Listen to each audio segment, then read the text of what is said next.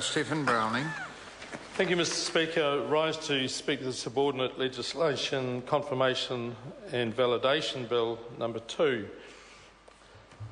As with the previous speakers, the Green Party supports this bill, and the commodity levies is a significant part of it that comes to our attention. The first one mentioned there is the biosecurity PSA v kiwifruit levy, and that's obviously been very, very important as that industry, the kiwifruit industry, suffered so significantly with PSA. We do need to look more deeply into the origins of PSA and as to what parts of the industry were involved with that and how our biosecurity system both allowed that in and then how they maybe did not react quick enough to it. It's great that we are seeing an improvement with kiwifruit now, with the it seems to be a resurgence in optimism in that industry as alternatives to the originally most affected fruit come along. Also, there's for bovine tuberculosis, a levy around that. So that's been put to great use, and there's a reduction in TB, obviously, and that's so it's been shown to be put to good use. One that I would like to reflect on is the Biosecurity System Entry Levy Amendment Order. And while we do need major improvements in joint border management, and it's very, very good to see some redress to some of the border control cuts that had happened, that have come back now that we've got some improvements, and the Minister of Primary Industries was out promoting those new dogs and some teams working on border control. They clearly don't go far enough.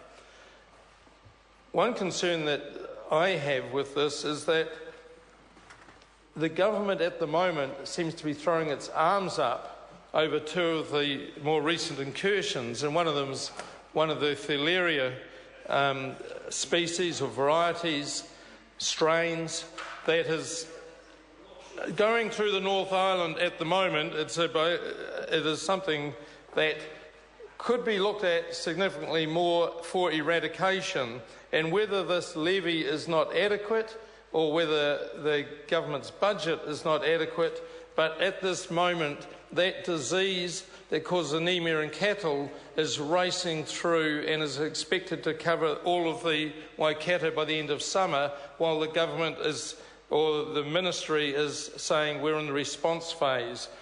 Do we need bigger levies for that?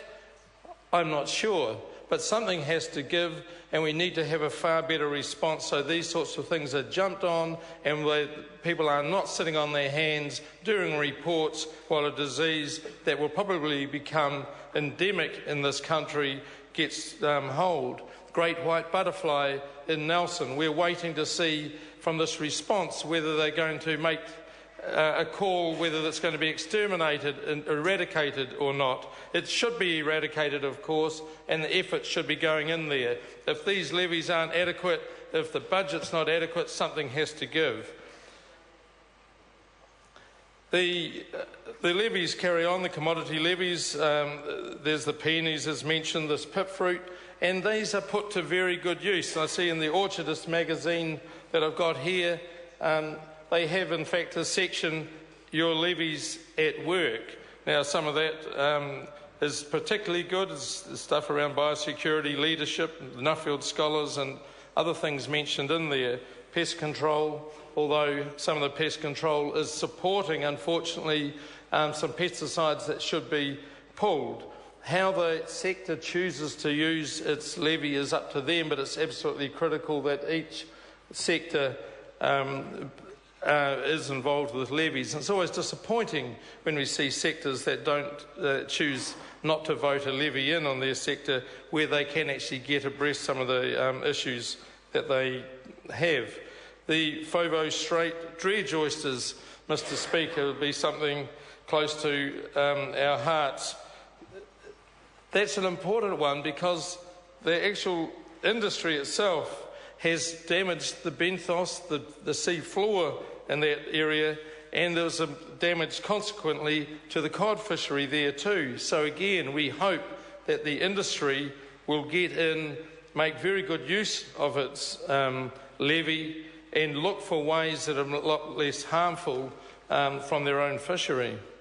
The power industry, another levy here, is very intent on improving management of that industry and looking at some breeding techniques and maybe seeding in there.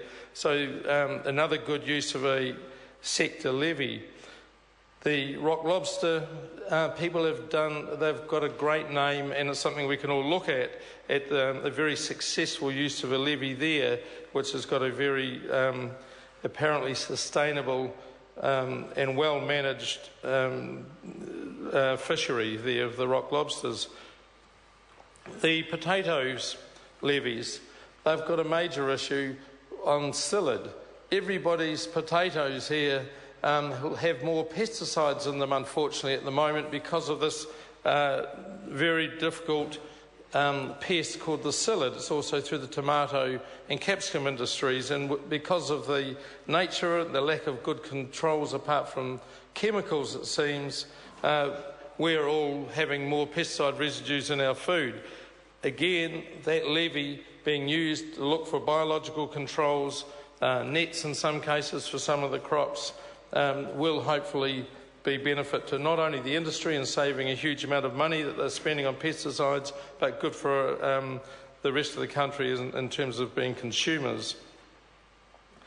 The mussel, oysters and salmon commodity levies, it's one close to my heart and my friends in Marlborough, because as we speak there's a visiting Scottish expert from the salmon industry in Scotland meeting with the people of Marlborough who have been having it's been a major contentious issue there is the salmon farming and the effects in the environment there. The Marlborough District Council, with its regional council responsibilities, never had somebody there with a marine biology background. And so here we have major environmental effects. Some have been well documented in terms of what's happening on the sea floor under these salmon farms. It's in the public space. There's no rental on it to the public. There's no money going from the industry to the local council to do research. And so I'm hoping that that levy, of course, on farmed mussels, oysters and salmon to be paid for by the fish farmer will be very wisely used to ensure that their activities are actually way more sustainable than they are currently.